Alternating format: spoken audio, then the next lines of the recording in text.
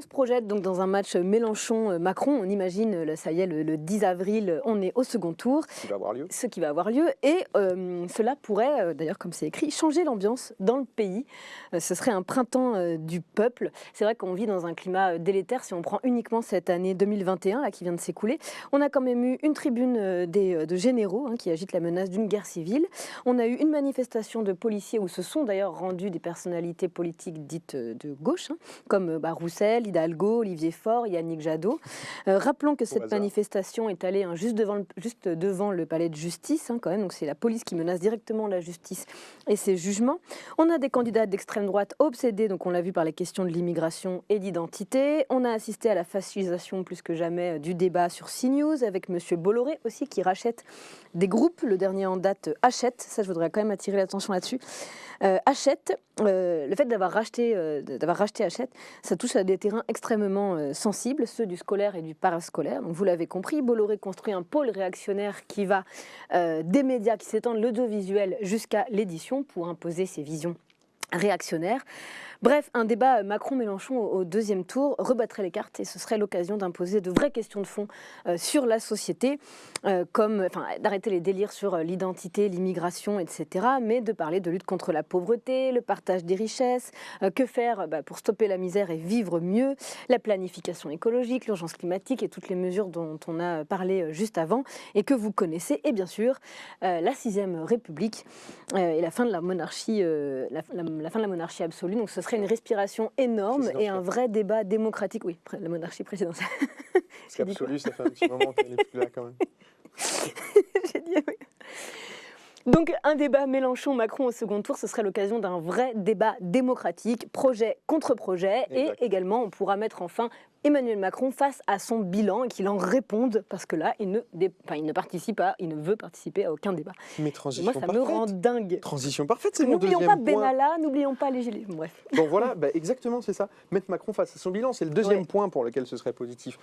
Julie vient de vous dire, ça changerait l'ambiance du pays, ce serait un printemps du peuple. Et bien nous, on est en train de vous dire, en plus, on mettrait Macron devant son bilan, ce qu'il refuse de faire. Il évite les débats, il n'assume pas le bilan de ses 5 années au pouvoir. Et un débat face à Mélenchon, c'est le forcer précisément à parler de sa politique antisociale. On pourra le forcer à revenir sur 5 ans de violence policière. Pourquoi vous avez accepté que soit fait ça? Évidemment, c'est pas lui qui tient le flingue, c'est pas lui qui tient la matraque. À chaque fois, c'est leur excuse. Mais pourquoi vous avez accepté que ça se passe comme ça? Et pourquoi vous avez laissé un ministre de l'Intérieur qui a accepté que ça se passe comme ça sans jamais rien dire? Le flic qui a tiré sur Zineb Redouane, qui était à sa fenêtre à Marseille, il y a quelqu'un qui est mort dans cette histoire quand même, c'est un truc sérieux. Personne n'est puni. Pourquoi on accepte quelque chose comme ça? Pourquoi on accepte qu'il y ait des gens qui se fassent tabasser, manifester, pendant une manifestation, molester, l'interroger sur la destruction du code du travail? Quel est l'intérêt de faire un truc comme ça si ce n'est d'aider les entreprises à maltraiter les travailleurs? Expliquez-nous. Allez le chercher sur la volonté de détruire la retraite. Comme il a essayé, ça n'a pas fonctionné, en grande partie grâce aux députés insoumis d'ailleurs. Le chômage aussi. Oui. Mais il a quand même essayé de le faire. Allez le chercher sur sa volonté de privatiser les aéroports de Paris, parce que c'est pas que les aéroports de Paris. Aéroports de Paris, c'est une entreprise qui gère la plupart des aéroports dans le pays. Donc quand tu privatises ça, et en fait tu vends l'un des biens les plus précieux de la nation qui appartiennent, on le dit, on le répète pour ceux qui ne le savent pas, à tout le monde.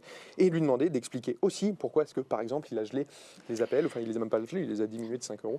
Au début de son quinquennat. Bref, et il y a beaucoup d'autres choses aussi sur lesquelles on voudrait l'interroger, mais ce ne sera pas mais le oui, sujet on te du sent. débat. Mais oui. On attendait en fait cette campagne présidentielle pour qu'on puisse enfin le confronter, quoi. L'affaire Benalla, c'est une sombre affaire de barbouze. Bref. Donc, voter Mélenchon, c'est permettre de mettre Macron face à son bilan. Troisième point, c'est que c'est pour revivre un moment politique fort, Julie. C'est vrai que ça me paraît tellement évident, quoi. Le fait d'avoir un Macron versus Mélenchon, ça permettra en plus d'avoir intellectuellement même la possibilité de se défendre, nous, notre projet de société, notre vision. Macron défendra la sienne, mais qu'on connaît depuis des décennies, qui est appliquée, qui est aux manettes. Et donc, du coup, ça pourra même permettre aux citoyens de trancher de manière beaucoup plus éclairée, quoi, de manière beaucoup plus intelligente, consciente. Donc voilà ce qu'on veut. Et je vois qu'il y a marqué en gras parler de la constituante.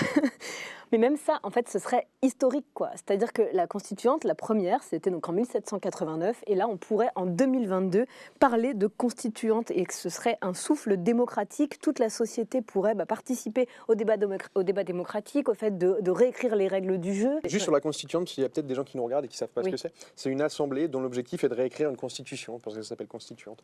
Et dans ce programme. On vous explique comment on compte le mettre en place, comment on compte le faire. Dernier point pour lequel c'est une bonne idée d'avoir un match Mélenchon-Macron, c'est qu'on peut gagner. Et ça, je sais qu'il y a beaucoup de gens, y compris dans nos rangs parfois, qui me regardent, qui sont assez sceptiques là-dessus. Je vais vous expliquer rapidement, en 2 points, pourquoi on peut gagner. D'abord parce que ça créerait, si on va au second tour, une dynamique derrière Jean-Luc Mélenchon. Il y a une reconstitution du bloc politique, tous les gens qui ont été des électeurs de gauche, qui ont voté PS toute leur vie, et le PS est effondré. Il y a des gens qui sont perdus à cause de ça depuis 4-5 ans. On en a récupéré toute une partie, il y en a d'autres qu'on n'a pas encore récupéré. Ces gens-là se diraient « Ah, il y a un second tour, je vais quand même aller voter pour le bonhomme. » Il y a les hésitants, les sceptiques, etc. Des gens parmi eux qui attendent 40 ans, depuis 40 ans, d'avoir un programme comme le nôtre qui est appliqué. Vous avez l'opportunité de le faire. Ces gens-là, je mets ma main au feu que si on est au second tour, ils viennent tous voter pour nous. Et la deuxième chose, c'est une explication un peu comptable sur le report de voix. Au premier tour, les gens qui votent pour le système votent déjà pour le système. C'est-à-dire que ceux qui veulent voter pour le système vont aller voter pour le système dès le premier tour. Et le vote système, c'est Macron. Si on va au second tour, les gens qui veulent voter pour le système auront déjà voté pour lui. Donc, s'il est à 30, j'y crois pas. S'il est à 26, 27, où est-ce qu'il va chercher les 23 points suivants pour aller chercher les 50? Je ne suis pas sûr qu'il aille les chercher. Nous, néanmoins, on a des reports de voix. Déjà, sur tous les gens qui ne vont pas voter parce qu'ils sont sceptiques, parce que ceci, parce que cela, l'effet de la dynamique dont j'ai parlé. Et deuxième chose, il y a des gens qui ne votent pas pour nous au premier tour, mais qui sont quand même anti-système et qui peuvent se dire à ce moment-là, eh ben, je préfère le vote Mélenchon à me retaper 50 de Macron de son mépris et de tout ce dont on a parlé. Donc je pense qu'en effet, ce serait un événement énorme d'avoir Jean-Luc Mélenchon au second tour, et je pense, c'est mon point de vue, et je le dis très sincèrement, je ne suis pas en train de faire de la propagande, je vous donne mon point de vue sur la question. Si on est au second tour, on plie Macron. Voilà. Donc encore une bonne raison d'avoir un match Mélenchon-Macron au second tour.